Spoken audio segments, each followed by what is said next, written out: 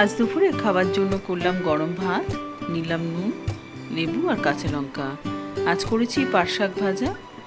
পাট শাকটা ভাপিয়ে নিয়ে তারপর কালো জিরে, কাঁচা লঙ্কা, পেঁয়াজ আর রসুন থেতো ফোড়ন দিয়ে শাকটা ভেজে নিয়েছি, আর খাবার জন্য একটু শুকনো লঙ্কা ভেজে নিয়েছি।